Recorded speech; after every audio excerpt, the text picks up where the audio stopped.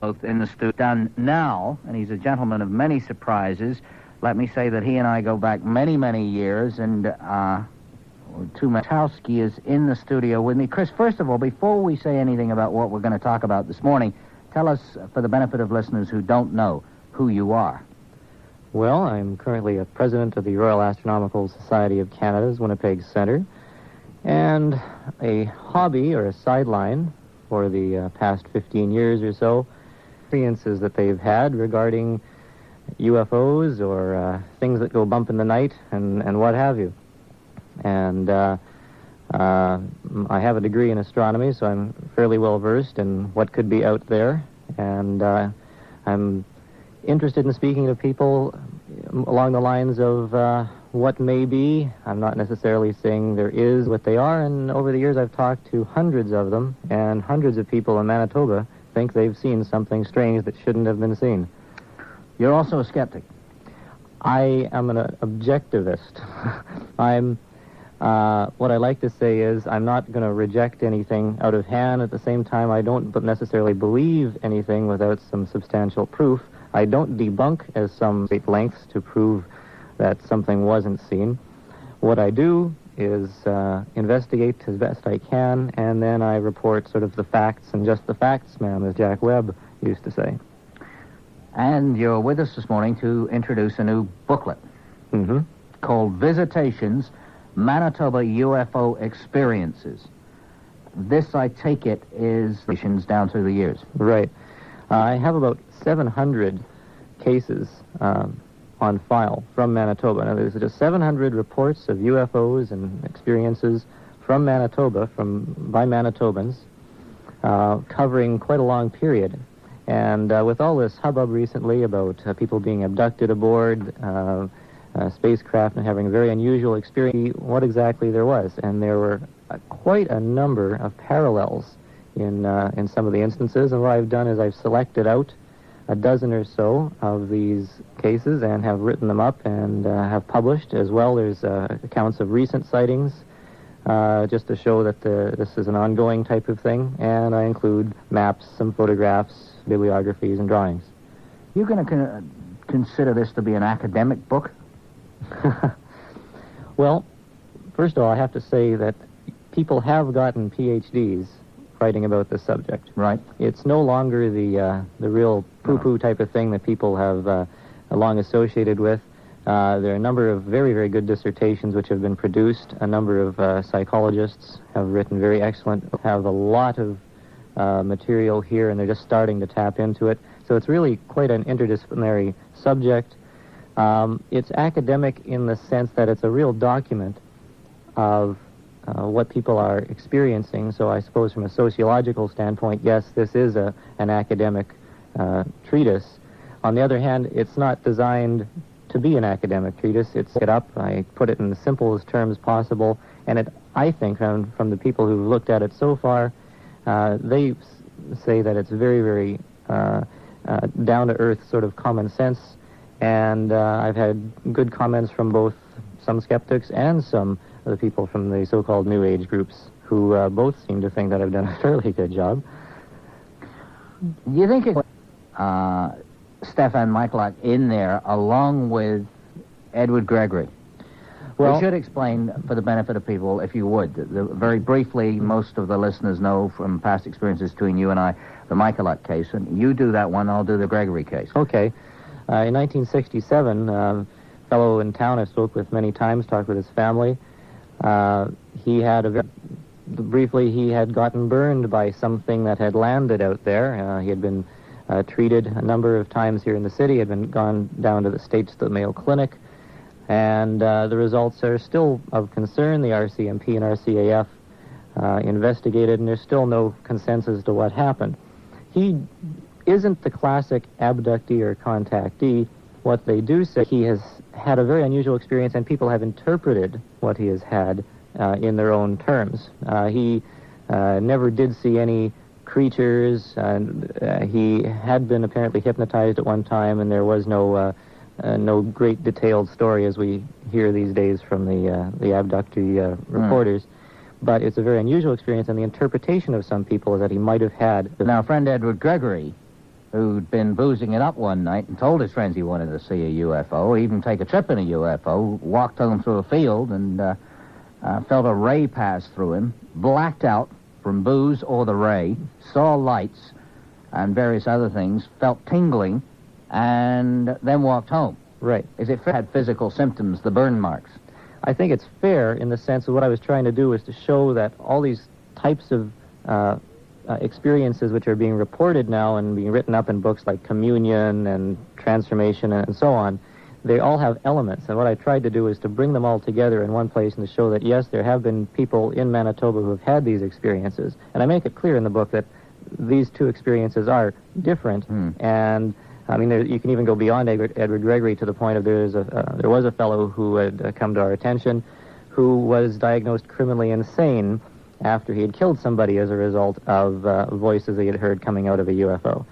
And, I mean, that certainly is an extreme as well. But the point is that these are the same types of experiences on one level in that people are experiencing contact with something or claiming contact with something. Chris, this type of study, without the National Enquirer headlines and the rest of it, has been done for other areas around the world. Have you compared Manitoba to other provinces, other states, or even elsewhere in the world with similar studies? Is there anything different in this province? The one interesting difference is that the years that people have been reporting experiences in Manitoba have been slightly shifted. There is a recent book out called UFO Casebook, in which 1973 is headlined as the year that everything was happening, hell was breaking loose here on Earth. Well, in Manitoba, we have actually quite a dearth of reports from 1973. There seem to be a lot of waves of reports in about 75, 76. You remember Carmen and whatnot. But 73, no. And that's happened throughout the history, it seems, where there's been a slight shift from the years. That's something that's a bit odd. In other terms, no. We have had people seeing little gray-skinned creatures. We've had people claim they've been taken on board. We've had lights in the sky. We've had the whole gamut, very, very similar to what's being reported totally around the world. The marks left in the ground, some radiation here and there. It's being debated. I think the one interesting thing is that because I've studied Manitoba in such great detail, I have 700 reports for Manitoba. The next province over in Saskatchewan, there was a fellow there who was researching it up until last year. He maybe got 24 reports for all of Saskatchewan. It depends on the intensity of research and how well it's documented over the years. Does it also depend on coverage by popular media? That if you get good coverage like Carmen with popular media, it's on everybody's mind and they tend to come forward, whether it's legit or not. Oh, sure. There was a very good, as a matter of fact, another doctoral dissertation done quite a number of years ago now, in which they studied a flap or a wave in the States. Specifically relating to media coverage. And they definitely found that if there was a high level of media coverage, it really influenced the number of sightings that they were receiving. For the information of listeners, Chris has not seen one. He said that before in this program. We're talking UFOs for the next 40 minutes on the CJOB Action Line. You wish to speak to Chris, talk about his new book, which looks at visitations in Manitoba, ? The lines are wide open now, and we go to your calls for Chris right after this break at 780-6868. Nobody puts more savings, prizes, or chances of winning into one event than Grand & Toy. See the Grand Event flyer for great savings on office supplies and business furnishings. Save up to 47% on Nova Roller Pens from Barrel for smooth writing and contemporary design. Save up to $25 and receive a free umbrella with the purchase of one of 3 Canon desktop printing calculators. Global, one of Canada's leading office furniture manufacturers, introduces a great selection of office chairs, all specially priced during the Grand Event. The Grand Event from Grand & Toy. More prizes. Canon 35mm EOS cameras. Seiko phone cards. Brita water filter systems. Exciting new parfum Bics. Nearly 6,000 prizes you can instantly win. Plus 4 one-week trips to Orlando, Florida for 4 people from Thompson Vacations. Plus $1,000 in traveler's checks. The Grand Event from Grand & Toy. Nobody takes care of business like the people.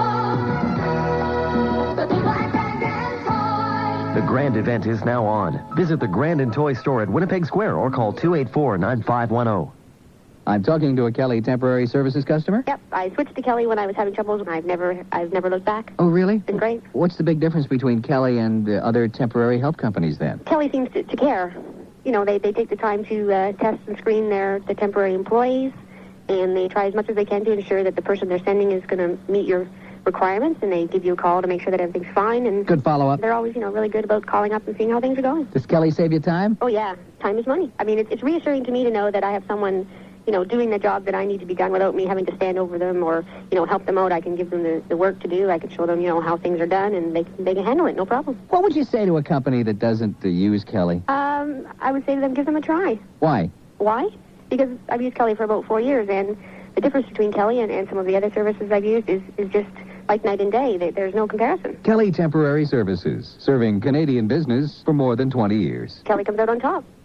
When we bought our living room furniture 15 years ago, we intended it to last forever. Well, now forever is taking too long. What with all those tempting new colors and patterns. We didn't want to sacrifice the comfort or style of our dependable furniture, but we're getting a totally fresh new look, thanks to Welby's Recovery Service. Their experienced staff came to our home and helped select some gorgeous new upholstery fabric. Now we intend our newly recovered furniture to last forever, or until Welby's recovers it again. Welby's, call 942-4590.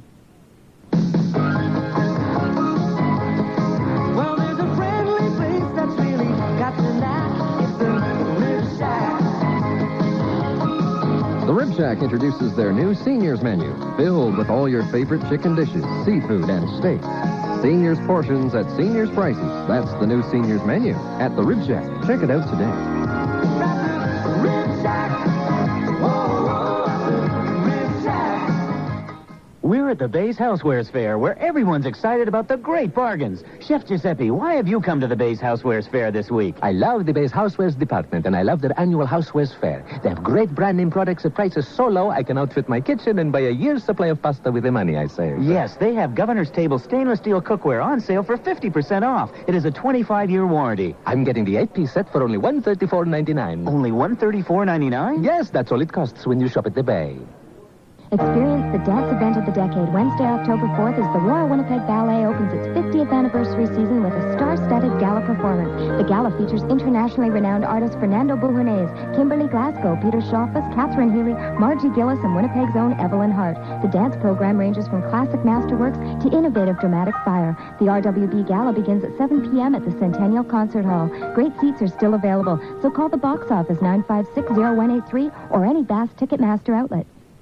Game 1 of the American League Championship Series went last night. The Oakland A's dumped Toronto 7-3, taking a 1-0 lead in the best of 7. Game 2 is on this afternoon in Oakland, and we'll carry it for you starting at 1:40 today.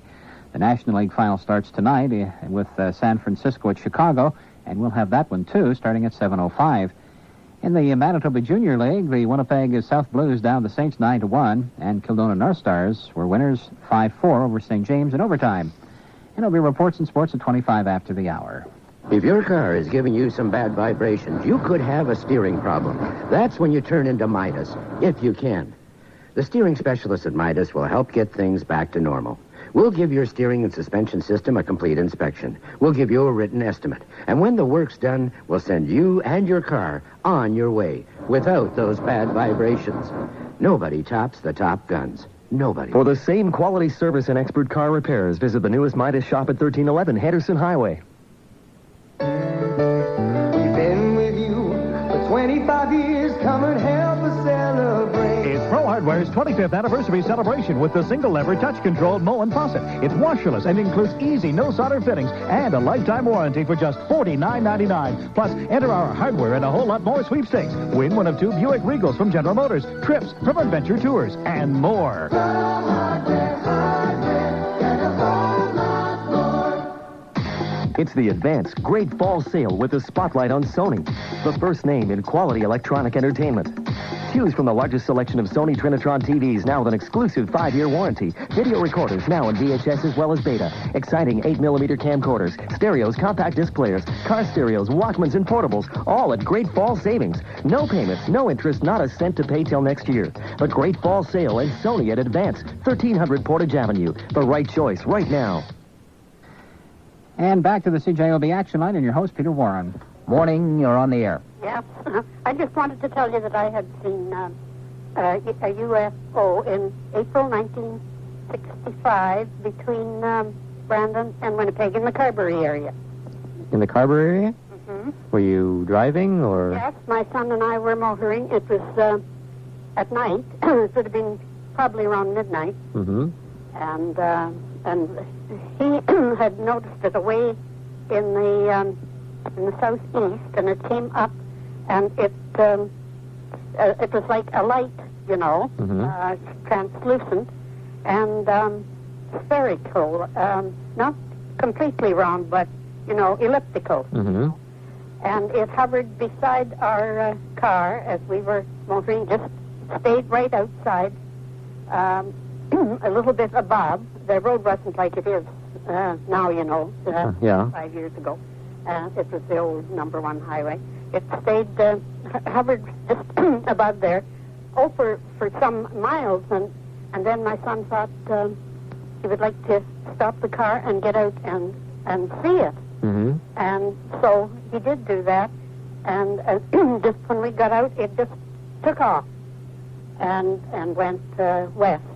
And the last we saw of it, that's how we knew it was what we called a flying saucer then, because that's exactly what it looks like. And how close did it get to you? It was fairly close, because it was just hovering outside the window, but a little bit above, you know. And what time of night was this? Well, I would say about midnight. Mm-hmm. Nobody else was around? No, we had met a few cars on the road, but no, it was about midnight. We had left Brandon about 11 o'clock. Mm-hmm. Could you draw a picture of it if you had to? Well, yeah, I've seen plenty of pictures that look just exactly like it when they're illustrating, you know, flying saucers. Mm-hmm. It looks like those, like a plate, but it's not exactly round, you see.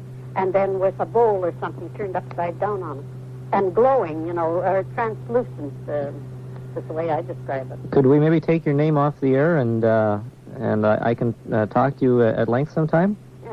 Yes, I don't mind if my name's off the air. Actually, I wrote up about it myself. Mm-hmm. And in fact, I tried at that time to get the newspapers interested. But they referred me to the Astrological Society, who told me I had probably seen a weather balloon, but it was not a weather balloon. Do you want to hang on, ma'am? And we'll take your name and number off the air. Okay. Okay, just hang on. That's line one out. Morning, you're on the air. Yes. Yes, sir. Yeah. Go ahead, sir. Yeah. I think these people that are phoning in, they're having illusions. I'm 70 years old, and I never saw anything like that. Mm-hmm. I think their booze is too strong. Oh, I don't know if that woman would be appreciative of that. Well, I don't care what she is. All right. Thank you. Thank you. Where can people get this book? It's available in bookstores around town, Mary Score, McNally Robinson, so on, or from, they can write to the publisher itself. It's Winter Press. Can I give the address? Sure. Winter Press, 1918, 1918, Winnipeg, and it's R3C 3R2. And what will it cost them? It costs $9.95. $9.95. It's called Visitations, Manitoba UFO Experiences. Some of these experiences, I think, we picked up on a previous program from here that you and I have done. Mm-hmm. Yeah. So if you phoned in and talked to Chris in previous years, you might find yourself in this book. We'll be back with more of your calls right after this break. The time, 9:30. The Action Line and Peter Warren. Morning, you're on the air. Hello. Hello. Could I speak to your guest, please? I'm here. Oh, I want to tell you something that happened. It was in 67, and the reason I remember is because it was a centennial, Canada's Confederation, and we're going to Winnipeg, my husband and our 4 children, and it was around 11 o'clock in the morning, and as we turned off from Highway 34, I guess it is, onto number 1, between Austin and, just as we passed, it was a little gas station, and between Austin and McGregor, and all of a sudden our ears started to ring, and the radio went berserk on us, and my husband just about jumped out of his skin because it was such a terrible keening noise sound, like. And then all of a sudden we saw a shadow in front of our car. Yeah. As we drove along, and we looked up, and here there was this. I drew pictures of it because so I wouldn't forget it over the years. And we saw this. It was a huge, round, sort of silver-colored, whatever, I don't know what you call it, whatever vehicle. And underneath there was a dome, like that seemed to be turning, and it was all lights all around. Mm-hmm. And it followed us like that in front of our car for about a mile. And then all of a sudden it accelerated, and our ears just about burst, and it disappeared. And I'll tell you, we were shaken. This was around 11 o'clock in the morning. And there's nobody around? No, there's no other cars, really. Well, there was some maybe further, I don't know. But we told people, and they didn't believe us. They told us we had seen a weather balloon or that we were crazy. And so we reported it to one station in Dauphin, but they laughed. They said, oh, well, you saw a balloon or something.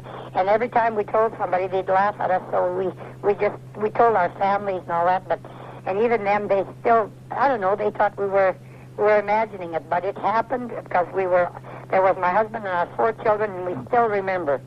Could you leave your name off the air as well, ma'am? Yes. I'd very much like to talk to you. Just hang on, ma'am. We had two other things that we saw too, but I won't go into them because they're quite long. Okay, sure. So hang on, and we'll take your name and number off the air. Okay. Long distance, Al. Morning. Yes, good morning, Peter. Hi. Yes, just another story for your guest. My wife and children had gone to Northwest Angle last year. Mm-hmm. That's, I think it's just on the edge of Ontario. Mm-hmm. Yeah. And my son, when he came back, told me that he had woken up around 4 in the morning and was just looking outside because the mosquitoes were biting him and stuff. And he was sleeping in the van and looked outside, and it was clear night. He was looking at the stars, and then he saw what appeared to him to be an unusual craft. He drew it when he got back for me because I'm interested in this kind of thing. Mm-hmm. And there was an egg shape. He said it was definitely an egg shape, and he drew it sort of in an egg shape around it. Mm-hmm. And the lights were revolving lights with an egg shape. Was the egg shape big end down? No, it was kind of proportioned, Peter. Proportioned egg shape, like it wasn't round. No, but would it be the same way up that you put an egg in your egg cup, or would it be the other way up? Yeah, if I remember correctly, the larger part was towards the bottom. Okay. And there was definitely revolving lights. Mm-hmm. And there was no noise. Uh-huh. There wasn't any noise, like there was no sound like, that you hear from an aircraft or anything like that. It was hovering over the lake.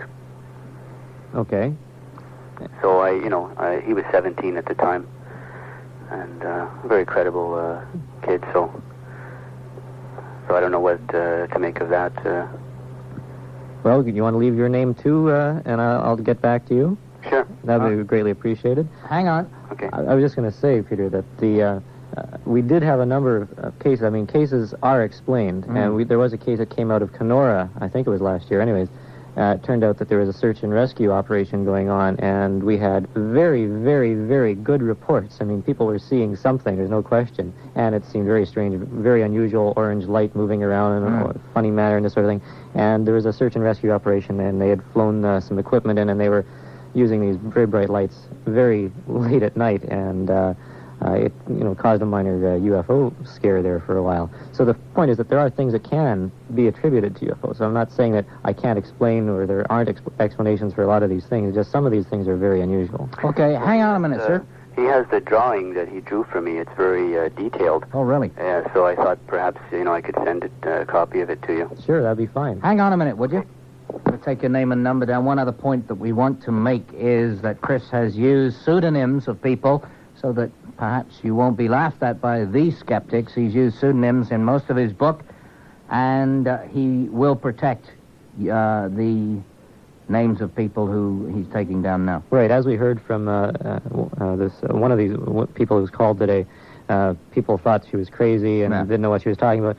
My aim is not to ridicule anybody or just to report, and so if you don't want your name to be used, there's no trouble. I have to get your name to get in touch with you, because we have reports from RCMP officers, we have a report from an astronomer, we even have a report from a priest, and we have people who are in positions to make good observations, whose lives we depend on every day, and the point is that they're seeing something, and maybe perception is a little bit distorted or something, or maybe they're seeing something, I don't know. But the point is that anybody can see something unusual. Back with more of your calls for Chris right after this break, 7-8. Morning, you're on the air. Oh, I would like to talk to you about, I'd seen one out on an island. I was at a cook shack, and I was busy cooking, and the guys had their breakfast, and they just went out. It was just coming daylight, and they come running in to get my binoculars. They said they seen something, and they asked me to go and see it. They said it was a UFO. Looked like it. It was shooting fire, like.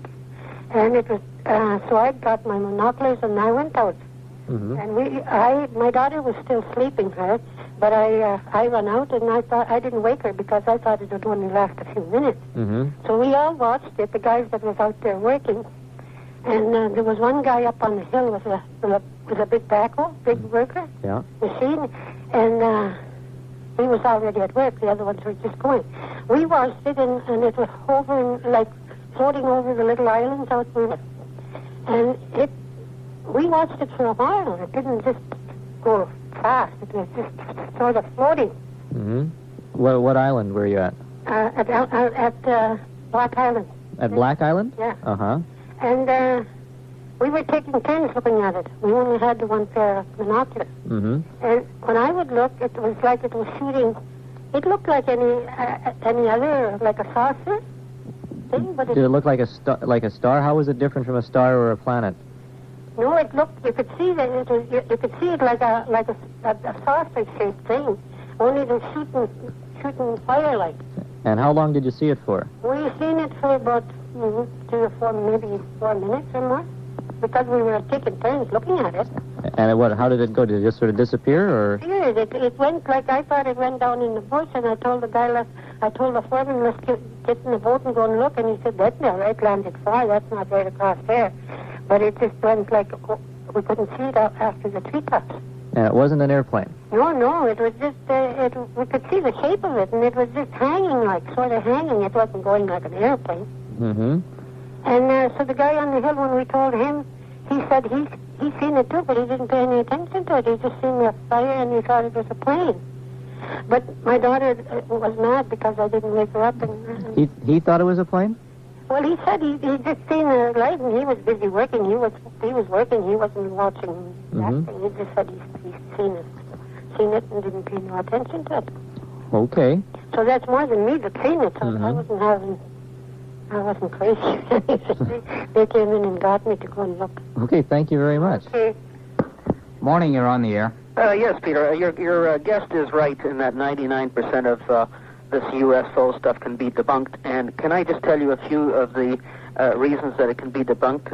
A lot of these are a type of epilepsy story. There's storytellers out there and people with great imaginations, and a lot of people that are science fiction readers, and people that mix reality with fantasy, and people seeking attention. Really, like the guest says, and I'm glad he's honest, is that 99% of these stories we're hearing today could be easily debunked. What do you do with the 0.1%, though? Right. Which one is which? Well, what about that? That means out of my 700 cases, there's 7 or 8 that are good. What do you do with those? Right. But the rest of them in your book are not correct. Which ones are which? Good question. Thanks very much, Peter. Morning, you're on the air. Morning. How about that chap? Remember that was Falcon Lake? Was he not burnt? We've talked about him this morning, sir, already. Oh, I didn't hear. I just turned it on. No, it's okay. I just wanted. How come most of the people, you think they've seen these things, don't you think they'd have pictures of things like that or whatever? Is it possible? There are some pictures. Unfortunately, with these are the days of Star Wars, and picture is not worth 1,000 words anymore. I can give you a picture with Peter Warren standing next to a little green man from Mars next to his flying saucer if you gave me enough money, and you couldn't prove it one way or another. I guess not. What was that chap's name? I missed it, that Falcon Lake. Stephen Michalak. That's right, yeah. Okay, what year was that? 67. 67. Thank you very much. Bye-bye. We'll be back with more of your calls for Chris. Action line. Hello, I'd like to talk on the topic about... Well, hang on a minute then. On the long-distance line, good morning. Hello. Hello. Do you want to talk to Bill Stacy? Hello. Hello. Hello? Yes. Go ahead. Oh, talking about this UFO. Mm-hmm. Is that what it is? Yeah. Okay. In 1963, we used to find in Rossor, Manitoba, that's just west of Winnipeg. Mm-hmm. I'll make this very short. When we came in our yard, it was around 11 o'clock at night, my wife and me. We seen this new machine coming in on the farm. Very dangerous. So I'll make this short. As the machine was about 70 feet wide, about 90 feet long, and swung from side to side, all different colors, and the middle of the machine flashing to the ground. So my wife and me, we stood in the middle of the yard. There was no way where you could go because they are over. Mm-hmm. And about 4 acres of land. They were touring our farm for about 22 minutes. I timed myself. So anyways, it's very hard on your eyes. Mm-hmm. Now, when this machine was leaving, because it went as low as about 15 feet from the house. We had a 2-story house. So I sent my wife, I said, you better go to the children, to the house. When we were standing in the middle of the yard, they were with us, just flashing on us all that time. Mm-hmm. When the wife walked in, they see her walk in. So they took us. That machine lowered itself, and it passed the house. We had a bush shelter. Mm-hmm. It gave such strong pick-up that the bush bent down about 6 feet from the top, just flattened. And the wind was so strong that if it would have lasted a minute, it would have tipped the buildings over. But it lasted maybe 1 second. Now, there wasn't a helicopter or a plane crash or anything? No. It was a machine on its own. So after it went, I went to the house and I drawn this machine with paints, and I sent it to the Winnipeg Free Press. That's the next day. So I heard nothing about it. But I can still see that machine in my eyes. It took about a couple of weeks before you clear out your eyes. It's so powerful. Can I get you to call me? Yeah. At another number and leave a message, your name and number, and I'm going to try and get back to you as soon as I can. Okay. Okay? Sure. The number you can get me at is 269... Wait a minute. Okay, 269... 269-7553. That's here in Winnipeg. 7553. And if there's an answering machine on, leave your name and number, and I'll get back to you. Okay, very good. Thank you very much. Thank you. Morning, you're on the air. Oh, hi, Peter. I wonder if your guest has ever looked into the possibility that these things might be a military machine of some kind. Well, yeah, I have looked into the possibility. As a matter of fact, there's a very big debate going on right now as to whether there's a possibility of that. There is some evidence that there might be something that the government's hiding from us, but we don't know. I mean, there's no documents that have definitely come forth that say in no uncertain terms that yes, the government has some sort of secret weapon, and if it's classified that high, it'd be very tough to find out. But there are some funny little things coming out, and you might have seen some of this on the news or on some TV shows or on other radio reports or in the paper. Exactly. Yeah, and there is a fellow in Winnipeg named Grant Cameron who is working on that right now with a number of people in the States, and it's a very fascinating thing, and hopefully something will come of that in the near future. We can tell you about it. with what they got electronically and whatnot. You never know. You never know. No. Okay, thanks. Chris's number, if you couldn't get through this morning, is 269-7553. And the little booklet is called Visitations, with a question mark, Manitoba UFO Experiences, available at almost all the bookstores, or you can write to Box 1918. Chris, as usual, thanks so much for your time. Thanks a lot, Peter. Thank you. Warren.